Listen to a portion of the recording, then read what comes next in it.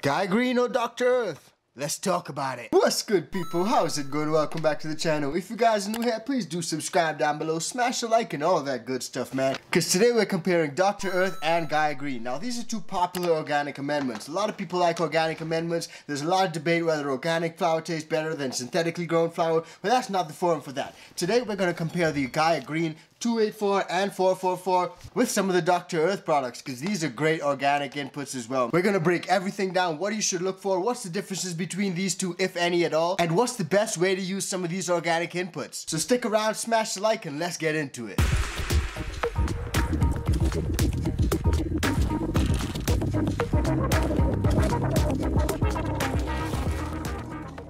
Yes, guys, so there are a lot of organic inputs that you guys can use. There's Neptune's Harvest, there's bone meal, there's blood meal, there's a lot of different things. But for a lot of beginner growers who are looking for an all-in-one solution, the Guy Green and the Dr. Earth are fantastic options. For this review, let's start off with the Guy Green. Now, Guy Green comes in 284 for flour and 444 for veg. The 444 is pretty much an all-purpose. The 284 is more geared for your flowering plants. Personally, I'm a huge fan of Guy Green, and I've been using him for quite a while now. Just the ease of use, the simplicity, all you gotta do is top dress, or you can mix some of that into your soil.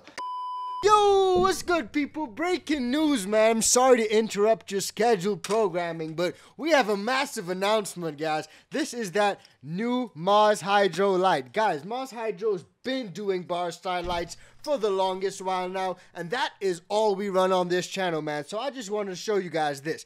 This is that new FC and FCE LED. It's a banging light. It's a fully smart light, so you don't need to do anything. Everything runs through the app, man. It's dope as hell. And thanks to Mars Hydro, we got a special offer for the ICANN fam. All the ICANN THC viewers, subscribers, everyone, you guys can get an exclusive discount. So in total, we're looking at a 15% discount and a 10% discount on top of that, man. So in everything, that's like 25% off, guys. So definitely check that out. It lasts from now until June 30th, end of next month, guys. So you guys definitely check it out.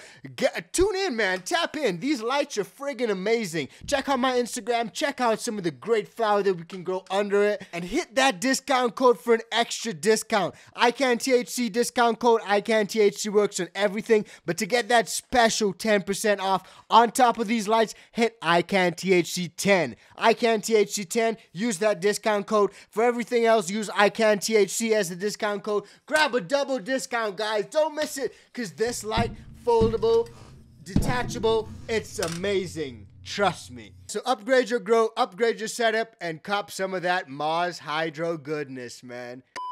Now, there is a common misconception. A lot of people say that organic fertilizers cannot burn your plants, but that's completely inaccurate. If you do go too hot on a lot of organics, if you put a bunch of Guy Green in there, you may end up with symptoms of burning. And the plant can exhibit those symptoms through things like browning of leaves and tips curling and stuff like that. There's just too much nutrient in that medium. Now, when we say nutrients, we don't always mean synthetic nutrients, but we do mean NPK ratios. Your micro, macronutrients, nitrogen, phosphorus, potassium, calcium, magnesium, all those stuff are really important for plants, and plants can get those things through different ways. In your dry organic amendments, there are a lot of organic inputs that are actually mixed into this batch of Guy Green, which your plants can then break down and uptake through as nutrients. Now, stuff like Guy Green is derived from feather meal, alfalfa meal, bone meal, blood meal, glacial rock dust, natural rock phosphate, fish bone meal, mineralized phosphate, potassium sulfate, insect frass, rock dust, humic acid, gypsum, kelp meal, oyster shell flour, and green sand. So there's a lot of stuff built into that, and that's one of the biggest benefits that you get when you get some of these organic inputs. A lot of different organic inputs that you would otherwise have to source from different places are already built into this one mix, which makes it fantastic. Now, some people have differing views when it comes to the individual organic inputs. There's kelp, like I mentioned. You can use blood meal. You can use bokashi, but if you got to go to the store and buy all these individual bags and mix them up yourself, you can run into issues with that cost just rising up and up. But also, a lot of people are really specific about what sort of inputs they like to put into their flour. If you're going to be consuming it anyway, you want to make sure what you put in there is really good for you. Controversial one is blood meal. Blood meal is a byproduct which is made from blood. Blood meal is an organic source of nitrogen, which is primarily made by blood. It's made from blood. It comes from a byproduct of blood. A lot of it is from animal byproducts, blood that would have otherwise gone to waste. they can actually now use. They repurpose it and you get it into sort of like a powder. And that's pretty much what blood meal is. So a lot of people who like to grow veganic or super organic styles don't actually like to use things like blood meal. So just keep that in mind. It's all about what you prefer to do. Veganic gardeners who take that vegan style of growing into account really like to stay away from things like blood meal and animal byproducts and stuff like that. So if that's important to you, just keep that in mind. Now, like I said, I've been using GAIA Green for a super long time now. It does not burn as easily as liquid nutrients, but it can burn. So just be careful how much you use. Because it's a combination of a bunch of different organic stuff, this is exactly how it looks. It literally looks like a little bit of dry powder on there, which is really great for your plants. You could top dress that, mix it into soil, it really works great. Now, while that is a benefit of some of these organic fertilizers, dry organic amendments do take a little bit longer to be uptaken by your plant because it needs to be broken down by the microbes, broken down by whatever is going on in your plant pot, so it can be uptaken by the plant in the form of nutrients. So if your plants are facing some sort of deficiency, maybe you should just use some liquid nutrients so that you can remedy that deficiency before these things actually kick in. Pretty much. Now the GAIA Green 444, you want to use that in veg, and the 284, you want to use that in flower. Now while a lot of people do use GAIA Green, one of the biggest complaints is that it can be a little bit pricey. And that's where you always want to look for alternatives, look for different ways that you can level up your grow without breaking the bank. Perfect! And that's where the Dr. Earth comes in. So Dr. Earth is a great little organic fertilizer. I actually picked this up at Walmart quite some time ago, and you don't need to use a whole lot. So this bag has lasted me quite a while. The great thing with Dr. Earth is that it's pretty similar to GAIA Green in terms of the organic inputs that they got in there, and the fact that you can just top dress it or mix it into your soil, whatever works best. I found that the Dr. Earth ran a little bit harder than the GAIA Green. I use a little bit less, and sometimes I use a little bit more than I would with the GAIA Green. I was just eyeballing it sort of, and I did notice that the plants didn't like it as much, so I just dialed back how much I use. But this is fantastic. It's great, and a little goes a long way, which is great because it helps you to save how much you use and how much you need to buy. Now this fertilizer is OMRI listed. Perfect. The GAIA Green says organically grown on there, but it does not have the OMRI listing on it. Some companies actually go through the pain to get that OMRI listing, others don't, just because of the cost and the expense. But it always is comfortable. It always is comforting. It always is comforting as a consumer and a home gardener seeing that OMRI listed sign. So heck. Dr. Earth also works great for me, and just like the GAIA Green, it's pretty similar in terms of its makeup. So as you guys can see, it's a bunch of different organic inputs, dry fertilizers similar to the GAIA Green. What I will notice is that it's a little bit darker, a little bit thicker. Some of the fertilizers seem to be less finely ground than it was with the GAIA Green. This one is the GAIA Green. The GAIA Green is in the green spade,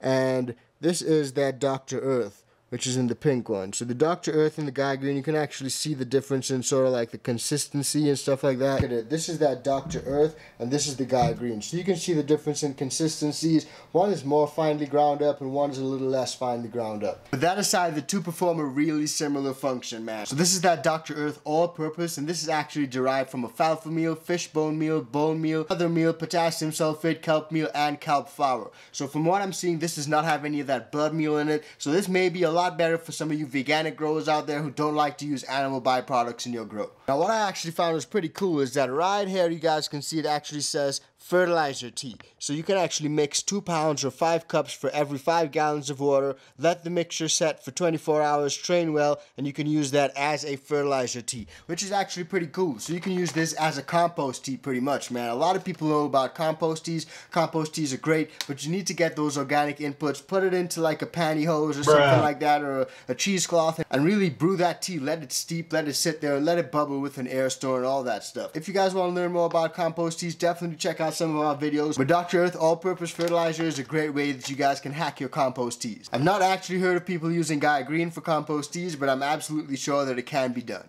Now both of these things work great. It's some great organic options if you guys are growing organic. It all depends on what you guys are looking for, man. So there's no one right or one wrong thing to use. This is not necessarily better than this, and this is not necessarily better than this, but it all depends on how you incorporate it into your garden. The nice thing is that they're all-in-one solutions that got everything in there that you guys can just copy it and use it. Now some growers prefer to grab their own organic inputs, whether it's bokashi, whether it's kelp, whether it's, you know, bone meal or blood meal or whatever the case may be, and mix them all together. And nothing is wrong with that. If you prefer certain inputs, then definitely go for it. Worm castings and bat guano, those are also popular things as well. Now when it comes to organic inputs, drop it down in the comments and let me know what you guys use. Have you guys ever used GAIA Green? Do you guys use any of the Dr. Earth products? If you have, how did it turn out for you guys? What's your preference? Do you prefer one over the other, or do you not really care at all, man? Because I'm always interested to find find out what you guys got to say. So smash the like button, hit that bell, cop some Diesel Dog clothing, show some love, cop a hoodie, cop a t-shirt, support the fam, because if it ain't Diesel, I don't want it, dog. And join up with the ICANN VIP Bean Club on Patreon, man. We got a lot of fire genetics going out, man. Mailboxes are burning down everywhere, man. So don't miss out, be part of the fam. We see you guys very soon. Peace.